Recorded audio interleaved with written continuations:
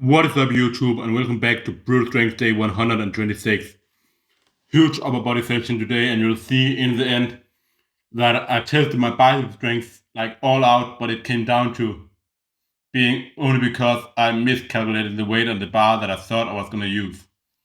But I started out again, as usually, with these um, like dead stop pull ups, chest to bar, 8 reps with 5 kg? I think it is, yeah, 5 kg.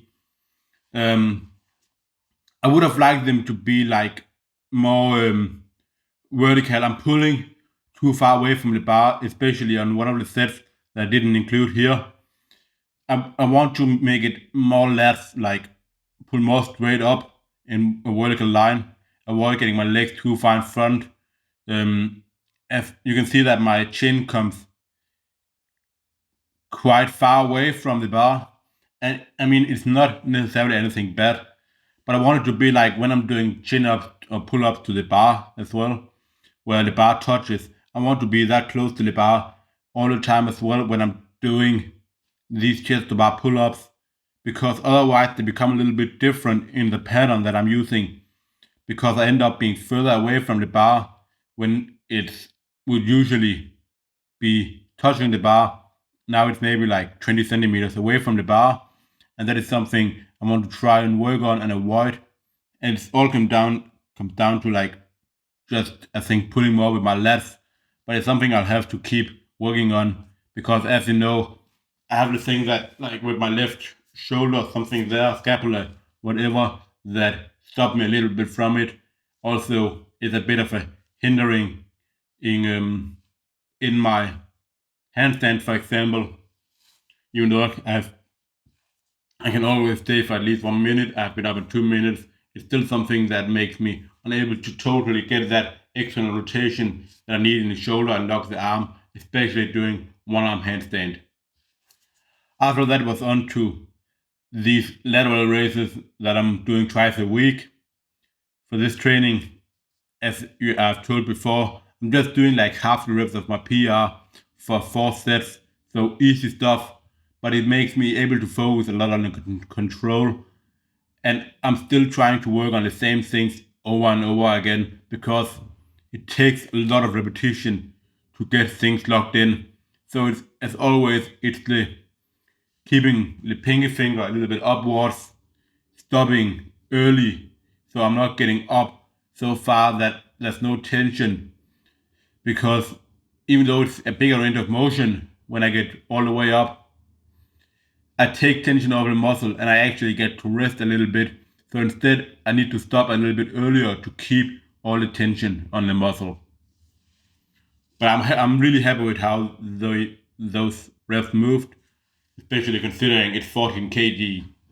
After that, moved on to the helm throw, and here I can actually do them without having a shirt on my protecting my chest, because this bench is actually pretty what do you call it, like safe on the, it doesn't hurt having my chest down on there. I did a set of 10 with 30 kg that I was happy with, and then I did a couple of sets with 24 kg, and obviously built up to the 30 kg with some ascending sets. Overall, pretty happy with how things moved. Then moving on to bench, and I pushed back to the first week of the second block because it's been like 2 or 3 weeks without benching. So I wanted to just start the block over. Actually, today I'm recording this 1 week later, and it's going to be the second week of the bench block.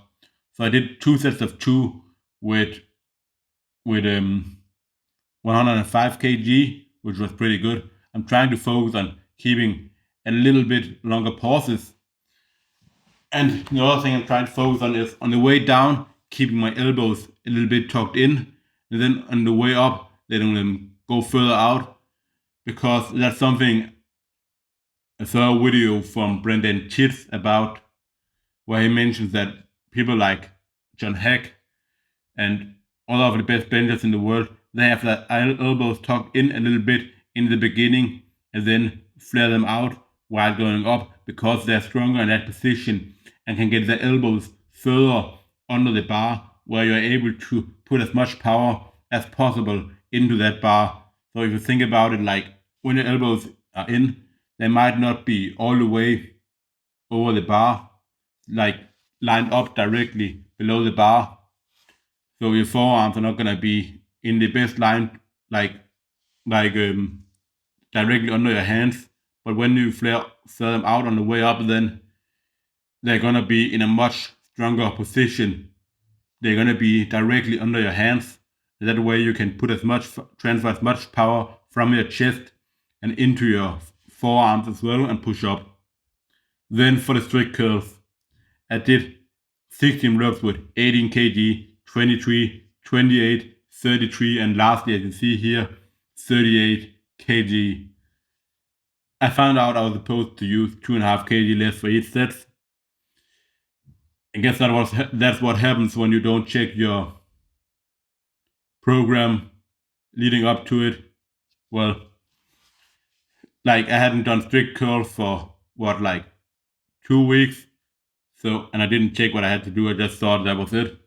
So that was heavy, but now the positive is that now I at least know my limit. And I'll go a little bit easier on the next weeks and build up again to this, what I was actually supposed to do. It's gonna be like 5 weeks more before I'm gonna be back to this.